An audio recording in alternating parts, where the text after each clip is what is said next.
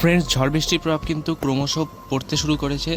আপনি স্ক্রিনেতে কিন্তু যেমনটা দেখতে পাচ্ছেন, আজকে কিন্তু সারাদিন দক্ষিণবঙ্গের বিভিন্ন এলাকায় মেঘলা আকাশ রয়েছে। তারই পাশাপাশি কিন্তু কোথাও কোথাও হালকা কিন্তু গুঁড়ো গুঁড়ো বৃষ্টিপাতও হয়েছে। আর তার সাথে কিন্তু 30 থেকে 50 কিলোমিটার পার ঘন্টা বেগে গাছটি উইন্ড অর্থাৎ দমকা হাওয়া কিন্তু বিভিন্ন জায়গাতে বয়ে চলেছে। দেখুন বন্ধুরা, ঝড় বৃষ্টির ব্যাপারে কিন্তু একদম লেটেস্ট আপডেট এসেছে, যেটা আপনাদেরকে আমি জানাবো। তো আপনারা ভিডিওটিকে শেষ পর্যন্ত দেখবেন। So hi guys, welcome back to my YouTube channel Weather Explorer. আর ওয়েদারে আরও একটা ইম্পর্টেন্ট এবং লেটেস্ট আপডেট নিয়ে আমি আপনাদের সামনে চলে এসেছি।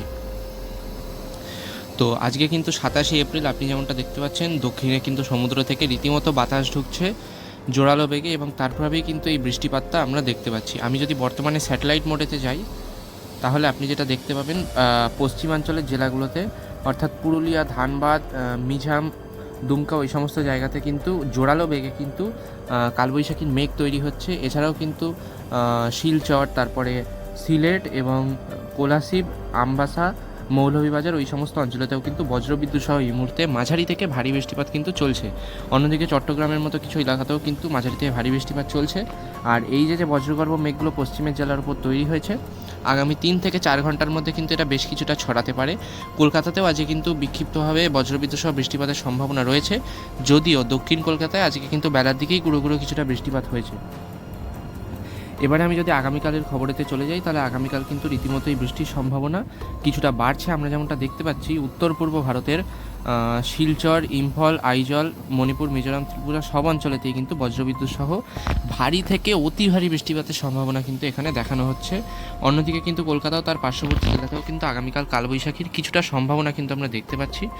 আর বাংলাদেশেরও বিভিন্ন জায়গাতে, বিশেষ করে খুলনা, সাতক্ষীরা, শ্যামনগর, মাতবাড়িয়া, ফিরোজপুর, বরিশাল, ওই সমস্ত জায়গাতে কিন্তু বজ্রবিদ্যুৎ সহ কালবৈশাখীর সম্ভাবনা আমরা আগামীকালও কিন্তু দেখতে পাচ্ছি। বুধবার অর্থাৎ 29 তারিখ পশ্চিমবঙ্গে কিন্তু নির্বাচনের দিন। ওই দিনও কিন্তু রীতিমতো বজ্রবিদ্যুৎ সহ কিন্তু বৃষ্টিপাতের সম্ভাবনা রয়েছে। দক্ষিণের জেলাগুলোতে কালবৈশাখীর কিন্তু রীতিমতো তাণ্ডব চালাতে পারে। অন্যদিকে চট্টগ্রাম সহ টেকনাফ এবং মহেশখালী আর বাংলাদেশের দক্ষিণের জেলাগুলোতে কিন্তু বজ্রবিদ্যুৎ সহ বৃষ্টিপাতের সম্ভাবনা আমরা ওই দিনও দেখতে পাচ্ছি। মোটামুটি করে কিন্তু প্রত্যেক দিনই বজ্রবিদ্যুৎ সহ কিন্তু ঝড় বৃষ্টিপাত, কালবৈশাখীর সম্ভাবনা রয়েছে। তার ফলে কিন্তু যে সমস্ত অঞ্চলেতে স্বাভাবিকের থেকে কম বৃষ্টিপাত হয়েছে গত কয়েক মাসে, সেই সমস্ত অঞ্চলেতে কিন্তু বৃষ্টির পরিমাণটা কভার করে যেতে পারে। আর অন্যদিকে বাকি অন্যান্য অঞ্চলেতে কিন্তু এক্সেস অ্যামাউন্টে বৃষ্টি হতে পারে, যেমনটা কিন্তু আমরা আন্দাজ করতে পারছি। সোমবার 4 তারিখের পর থেকে বৃষ্টিপাতের সম্ভাবনা কিছুটা কমলেও মঙ্গলবার, বুধবার সব দিনই কিন্তু, অর্থাৎ 5 তারিখ এবং 6 তারিখ সব দিনই কিন্তু বজ্রবিদ্যুৎ সহ ওয়াইড স্প্রেড রেইনফলের সম্ভাবনা কিন্তু আমরা বাংলা সহ 2 বাংলাতেই কিন্তু আমরা দেখতে পাচ্ছি। অর্থাৎ বৃষ্টিপাতের সম্ভাবনা কিন্তু মঙ্গলবার 5 তারিখের পর থেকে বৃষ্টিপাতের ইন্টেন্সিটি কিছুটা কমতে পারে। তবে শুক্রবার 8 তারিখের পর থেকে কিন্তু উল্লেখযোগ্যভাবে আমরা বৃষ্টিপাত কমতে পারে বলে আমরা আন্দাজ করছি। এবারে দেখুন বন্ধুরা, চলে আসি আসল খবরে, অর্থাৎ নিম্নচাপের খবরে। গতকাল কিন্তু সেকেন্ড আপডেটেতে এখানে কিন্তু দেখানো হয়েছিল যে একদম সাউদার্ন বে অফ বেঙ্গলেতে কিন্তু একটা নিম্নচাপ তৈরি হতে পারে। যদিও আজকে সকালেও সেই আপডেটটা দেখানো হয়েছিল, তবে এখন দুপুরের লেটেস্ট আপডেটেতে সেই সম্ভাবনাটা কিন্তু দেখানো হচ্ছে না।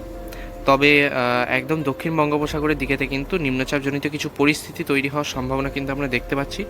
অর্থাৎ মে মাসের পরবর্তী সময়তে কিন্তু এটা কিছুটা সক্রিয় আকার ধারণ করতে পারে। মে মাসের পরবর্তী সময় বলতে আমি বলতে চাইছি প্রথম সপ্তাহের পরবর্তী সময়তে এটা কিন্তু ধীরে ধীরে ঘনীভূত হওয়ার সম্ভাবনা রয়েছে। তবে এখনও পর্যন্ত কিন্তু এ ব্যাপারে কোনো পরিষ্কার সম্ভাবনা আমরা দেখতে পাচ্ছি না, ক্লিয়ার আপডেট আমাদের কাছে আসেনি।